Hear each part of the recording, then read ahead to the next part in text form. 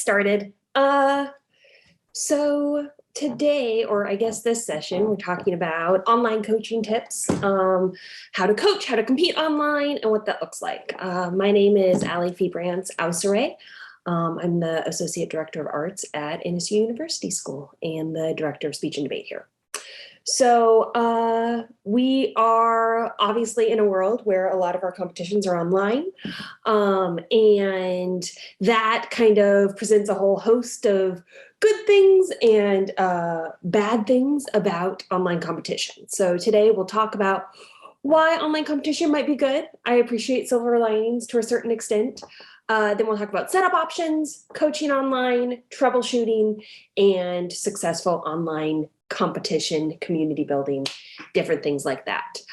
It's always boring if I'm the only one talking, so feel free to put in the chat or reach out if you have questions, and I want this to be beneficial for you all. So if there's something else that you wanted to discuss that I didn't cover, just let me know and we can go into that as well.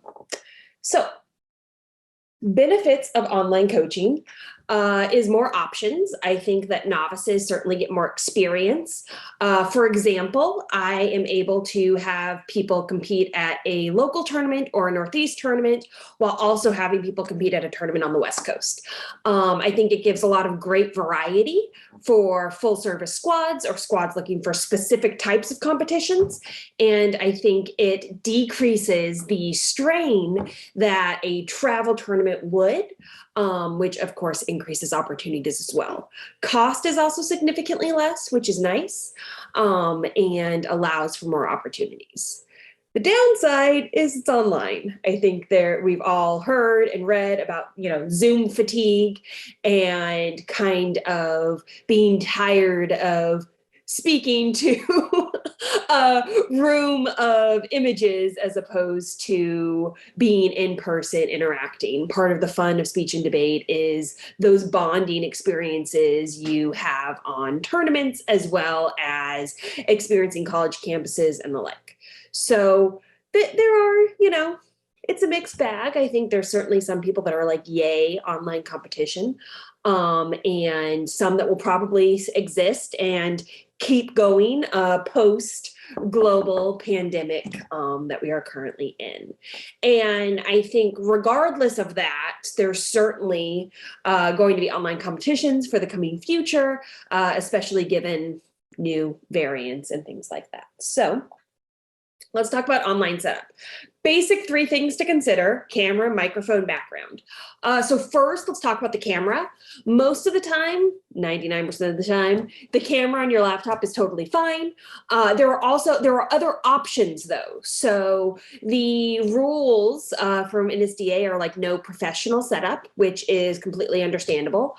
And this isn't, a movie shoot, but there are other options if people don't have cameras on their laptops, or their camera on their laptop breaks, or whatever that might be. There are apps that you can use to make your phone a webcam.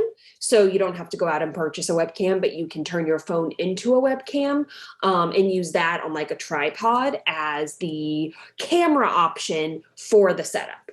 The other option is you can attach an iPad to your computer or something like that and use that as a webcam as well.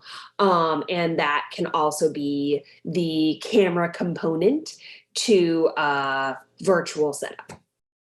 The next thing to talk about is microphone. Microphone is always a little tricky. So our primary place of competition right now is NSDA campus, and that's powered through Jitsi. I'm assuming we've all used NSDA campus. Is that correct? We'll go with yes. So NSDA campus does some funky things with sound a lot of the time. So what can happen sometimes is that you think you sound great, you think your camera's set up, and then you go into NSDA campus and it's a whole different situation. There are different options for microphones depending upon your setup and what you're using. We'll talk about that on the next slide in terms of speech and debate differences in terms of setups, but there are certainly options. The thing is, you want to make sure that you're going into an SDA campus to check the technology that you are choosing to use. Even with cameras, so you can, the Jitsi kind of chooses the camera zoom in options for you. So you want to make sure that you're testing those options to make sure you're good in terms of that. So thank you. NSDA Campus is one of the primary online platforms for competition. It's powered by the NSDA, so National Speech and Debate Association, and NSDA Campus is the virtual component for online competition, either through SpeechWire or Tab Room. Do we know what those are? You can even do just like a thumbs up react if you want. I just want to make sure. Perfect. I love Tab Room. So on Tab Room, it's what it is there's just a camera icon, and that takes you to NSDA Campus, which is the virtual video component that allows online competition to occur. The other option that lots of people have used, I think, is Yatly, but I'm not very familiar with that, to be very honest, so I apologize. And then a ZRM model, so like a Zoom room model. So that would just be embedded Zoom links into Tab Room that you would then go to. But most like national tournaments, the TOC, the Tournament of Champions, National Speech and Debate Association Nationals, etc., all use NSDA Campus as the online platform. NSDA Campus requires you to use Google Chrome as your browser to get into it. So that's always, another component of it. So the background was the last thing I was going to talk about on this page. Background matters as much as you want it to matter, right? I think it matters a little more for speech than it does debate. A lot of our speech kids prefer like a cloth background or a paper background as opposed to just kind of a wall. What we found works, and it's very inexpensive and doesn't require steaming, is paper backdrops that you would use for like photo shoots and things like that. It's butcher paper, right? It's just larger things of butcher paper. And it lays nicely. You don't have to steam it, which is certainly a plus and something you do have to do with cloth backgrounds. And it's paper, so it's very inexpensive, and you can use it for like the whole year. You don't have to recycle it after every tournament. But those are the components of your online setup. Whether they're competing from campus or from home, which we'll talk about again in a bit, you want to make sure that you're checking setups before the tournament begins, just like you would check like dress code, right? If you were in the lobby of a hotel before you go to a tournament, you want to also make sure that you are checking their setups before it happens. To make sure that everyone is set up for success. While judges and things like that are, of course, instructed not to consider these things, technology, background, etc., when adjudicating rounds, there are still basic things that probably affect those, like ability to hear, ability to see, things like that, that you want to make sure that you're setting your student up for success, and can do so very inexpensively, given the parameters. So we're going to talk about speech and debate, but does anyone have any basic questions about online setup before I move on?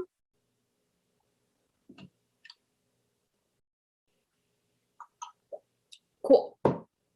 So debate's, of course, a little different than speech. Things you need to navigate or consider when coaching debate online. The first is that you need to make the decision if you have a partner event, if they're going to compete in one room or separate rooms. If you're competing on campus, that probably looks a little different than if they are competing at home. But that is probably determined by your comfort level, their comfort level, and school parameters. We've recently shifted to a model of people competing in the same room, but they're in separate locations of the room. They're masked when they're not speaking. And of course, it's all at the comfort level of our families before anything else. So The next thing you want to think about, and this is something that a lot of debate events hadn't had to deal with post virtual competition, but the sending and receiving of evidence. So in Lincoln Douglas debate, in public forum debate, as well as in policy debate, there has to be a parameter of sending and receiving evidence. And while I think our current generation of high school humans and middle school humans are amazing and they're way smarter than I am in almost every capacity, I found that it's really great to practice basic technological things. So that includes sending email chains. So when we say email chains, we mean sending and receiving evidence.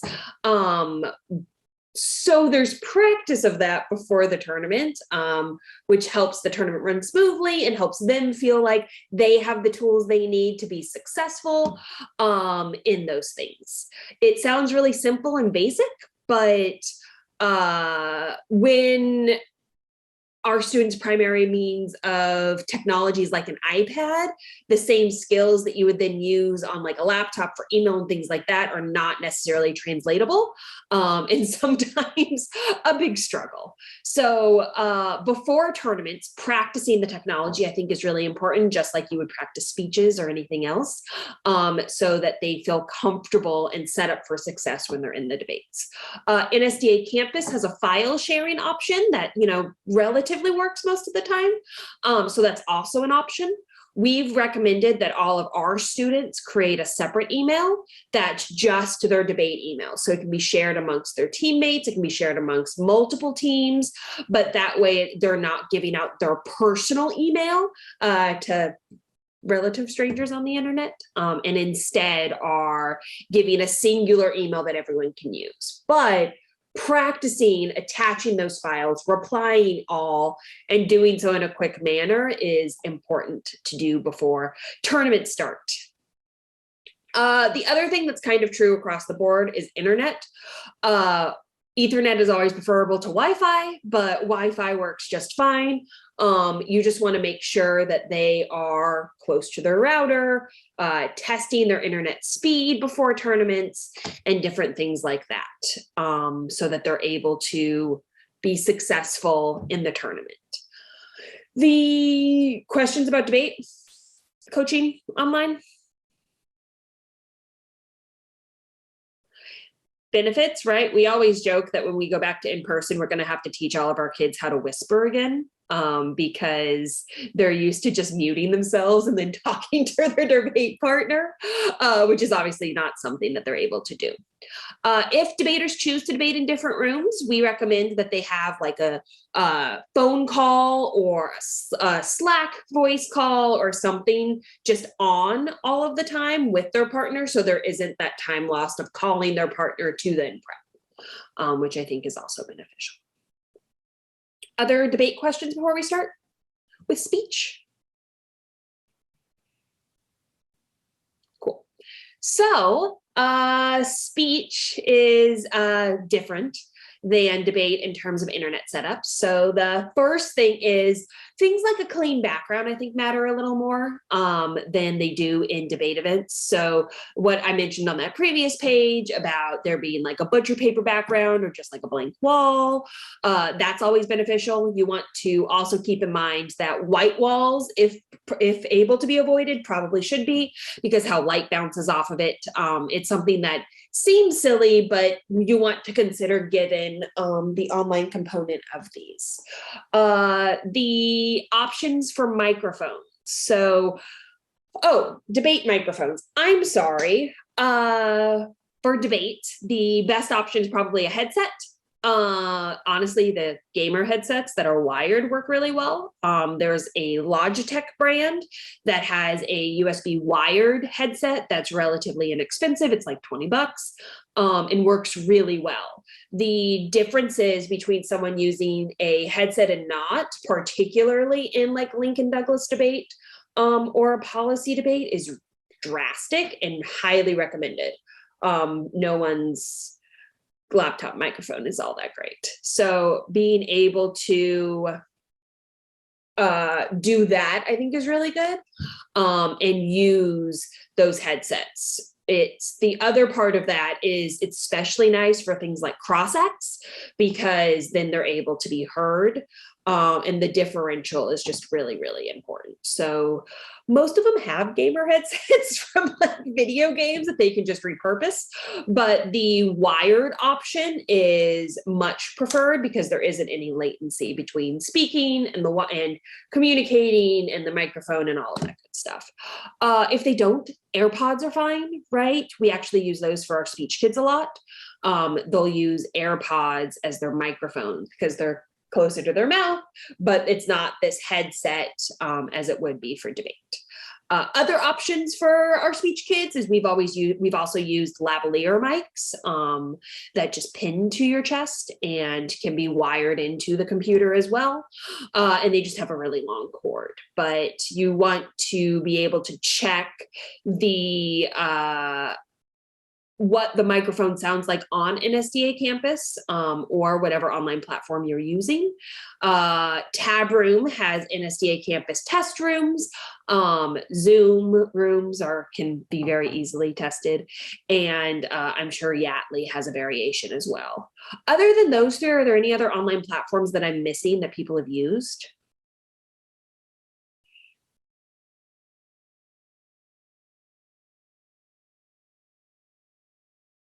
Good. So other things you want to consider with coaching speech in virtual environments is visual aids for informative speeches.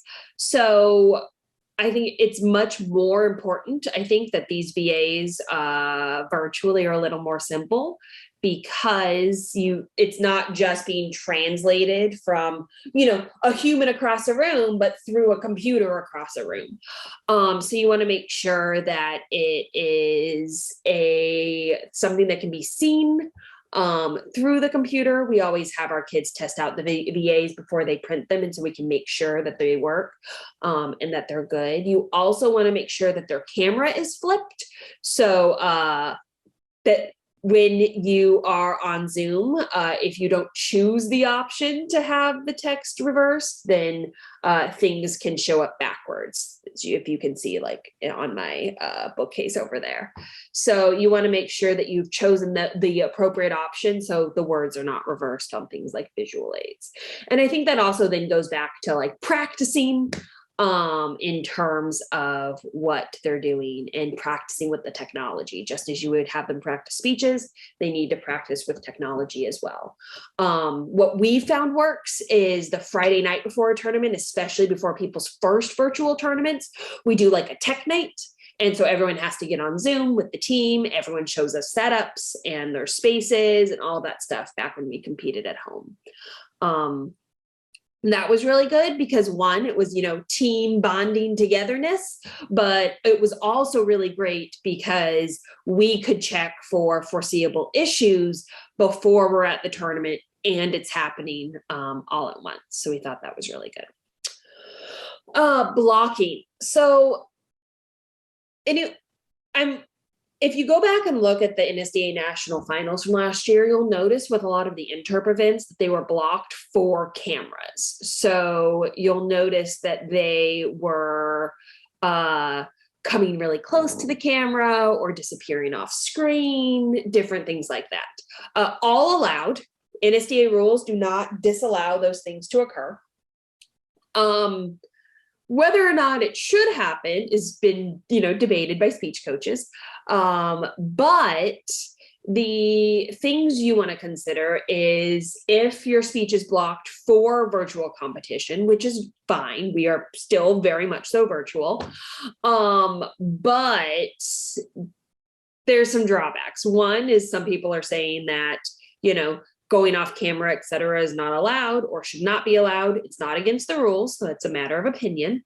But two is We will, if everyone could knock on wood, eventually go transition back to a place where we are competing in person, at least in some capacity, for some tournaments. And that would then require students to reblock some of their pieces this year. So that's something you want to consider when making those decisions in terms of blocking. But it's really allowed a whole new level of blocking for interp speeches. So people are able to have more distinct scene changes by leaving the camera.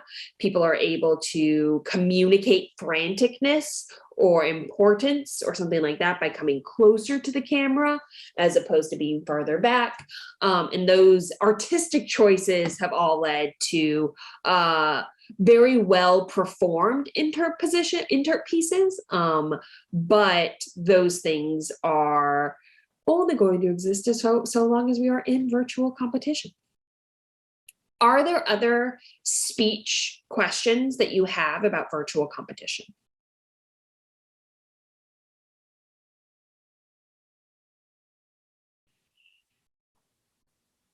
Cool. So, troubleshooting. So the first, I think, really important rule is issues are going to happen, right? Our internet goes out at home when we're streaming Hulu. Like internet issues will inevitably happen. Tech issues will inevitably happen, just like when we were in person and wardrobe malfunctions happened, right? Like I remember I've sewn suits back together at tournaments. While that might not be that at this moment, because you can certainly embrace the business on top, party on bottom, sweatpants situation with a lot of our virtual competitions. I probably should have added that to the benefits. But I think the first thing is if there is a technology issue, you are 100% probably allowed to help them.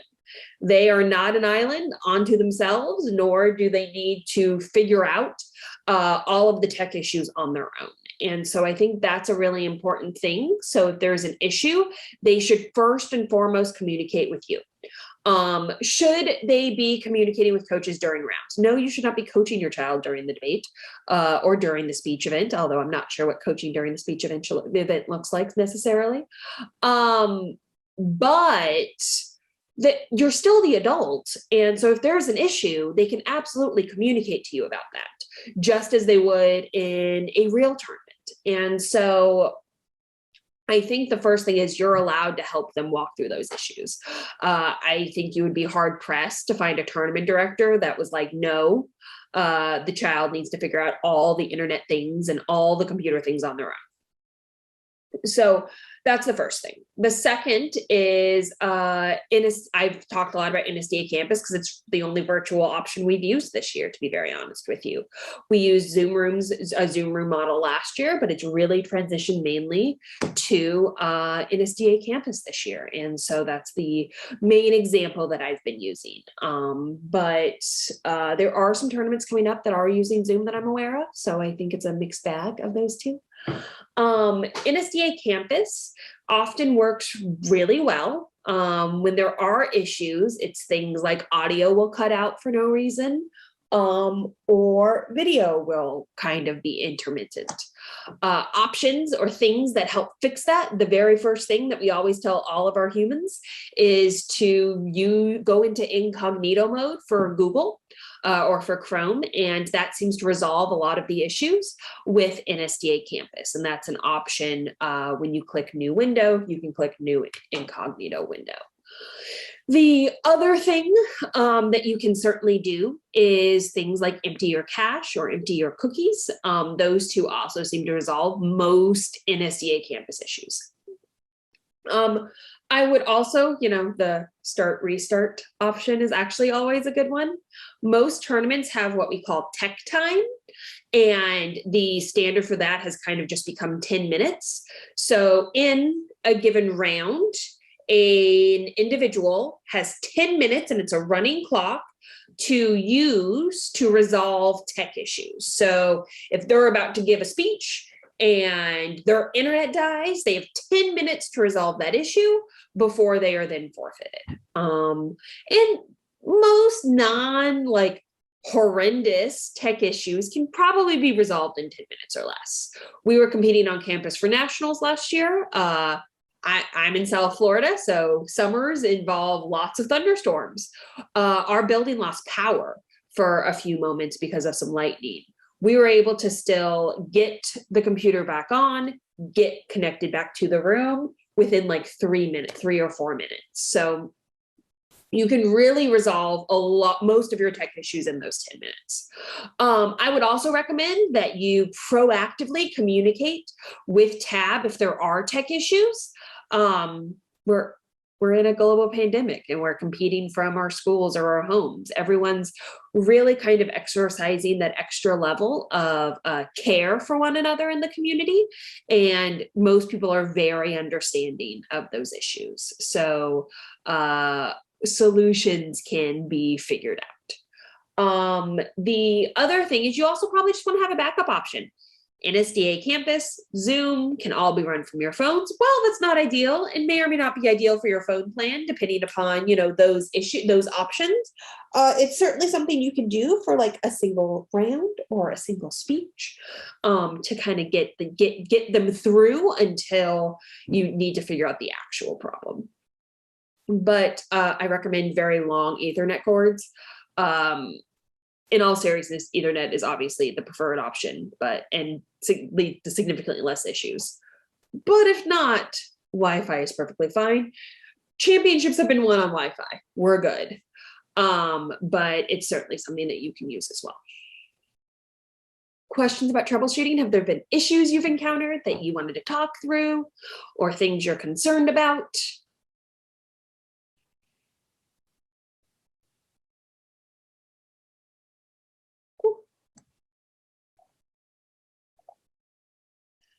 So, perfect.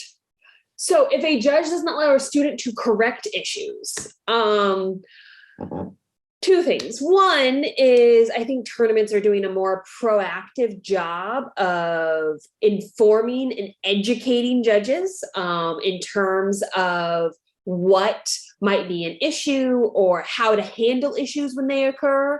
A lot of tournaments have what we call live docs. It's just a Google document that they update during the tournament. So things that they would have like announced in a judge lounge, they would then put in this document. That document is particularly helpful because there's often troubleshooting tips in there, as well as what a judge's obligation is if a student has a tech issue. That is also why I recommend that you are actively communicating with TAB if an issue is occurring while the issue is occurring. TAB rooms are not able to resolve issues that occurred 3 hours ago, but they can absolutely go into a competition room and help the student manage a tech issue and give judge instructions that they should not be considering things like those technology problems in their rankings of judges. And I think those are kind of the big components of being an advocate for your student when those issues occur. I think that just as we would have in person, gone to a tab room or gone to a judge lounge to advocate for our student, you need to do the same thing online. That advocacy might just look a little different. So email, form, Zoom judge lounge as opposed to physically walking in, but that is kind of our obligation during tournaments as well. Other questions?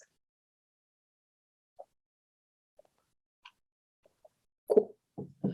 So one of the biggest complaints about online competition, which I feel is we are, literally screaming into the abyss of black boxes at home, in a closet somewhere, and we are not able to build community, which I get. I totally appreciate. It's probably a whole other level of like soul sucking just to talk to, black boxes all day. So with that, couple of things. One is, on the other note of judges should have their cameras on. Most tournaments have mandated that at this point, and that is another component in which you can advocate for your student, and, communicate with the specific tab rooms if judges' cameras are not on. You would be hard pressed to find a tournament director that was like, judges with cameras off is a good thing. So that's, the first component of that. And the second, and probably the more important component of that, is how do we feel like a team when we are either not traveling together, not in the same room, or what that might be. So first I'll talk about if we're competing at home. Is anyone still having their students compete at home right now?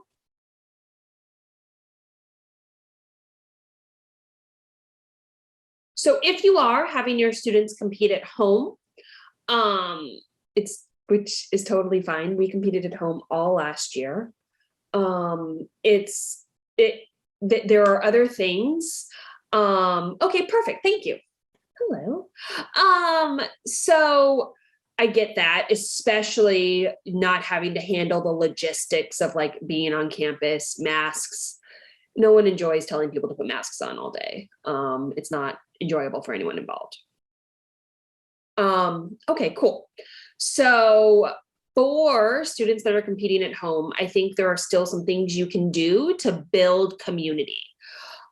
We now have a generation of students that have like never competed at an in-person tournament, but they're still competing. And I think that means they probably love the event more than anyone else does, because I don't know if like I would have stuck around if that was my first variation or exposure to the event. And I think that's true for a lot. So I think that's certainly something that should be celebrated amongst the students that are currently competing. I would highly recommend any routines or norms that you can build into your students' tournament days is really good. So in the mornings that, you check in together through a Zoom room or a team room or whatever that might be, you all wish each other good luck. Maybe you do warm-ups together for speech. And I even required this of my asynchronous speech kids last year, that they still showed up to a thing. And then keeping the room open during the day, I think is really important, and encouraging students to come back to that room, just like they would come back to a meeting spot at a tournament.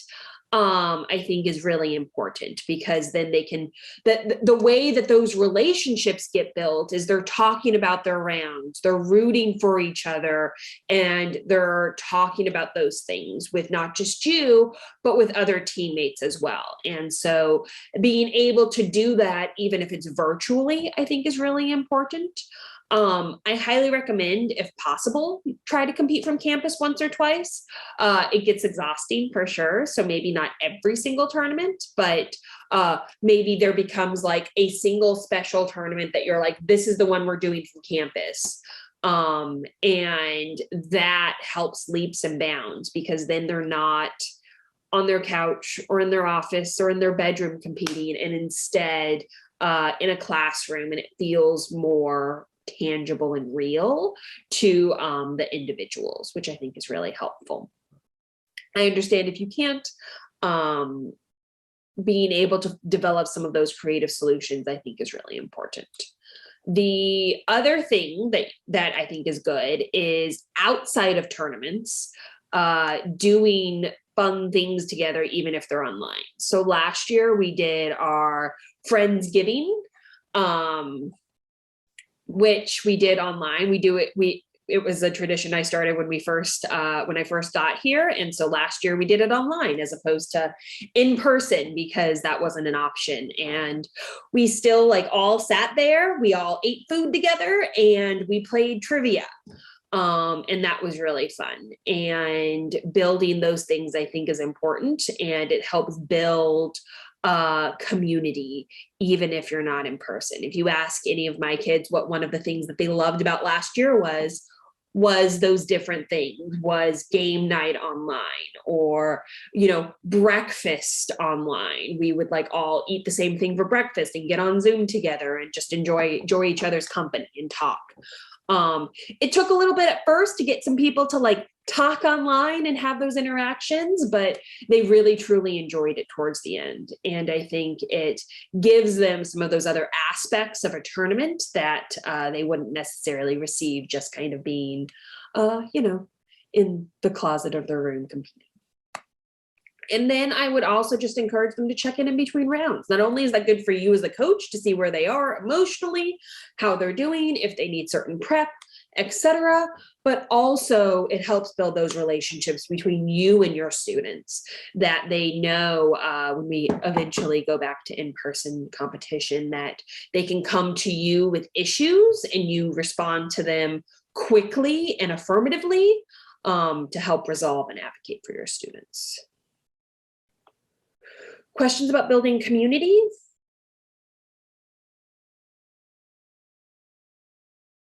You can get creative. Last year we did a secret snow person online, which involved everyone mailing or dropping off gifts before we like opened them all online together. Which was hilarious because lots of secret snow persons were outed by like Ring doorbells, which was not something we anticipated. But others were like very into it and very into keeping the secret. And it's something that they like still talk about today, which I think is really cute. Simple things like that. I mailed good luck cards last year before some big tournaments, mailed goodie bags. It takes like 10 minutes to make. Just become best friends with your post office and it's good. And just little things like that, I think are really helpful and special to help build that community that you wouldn't necessarily experience otherwise. I think the other silver lining of this that I didn't really talk about is the mantra of coaching takes a village is certainly true. Virtual components of tournaments, that village was constrained to who you could fly in or who was next door. And I think that's not the case anymore. And it's really nice to get alum to come back or to get coaches from across the country that can help you and volunteer their time or work with you in very inexpensive ways because it is now virtual. It also means when we do go back to in-person, components of like virtual coaching can still exist. It allows for greater flexibility in terms of coaching schedules, which I also think is really beneficial. Questions?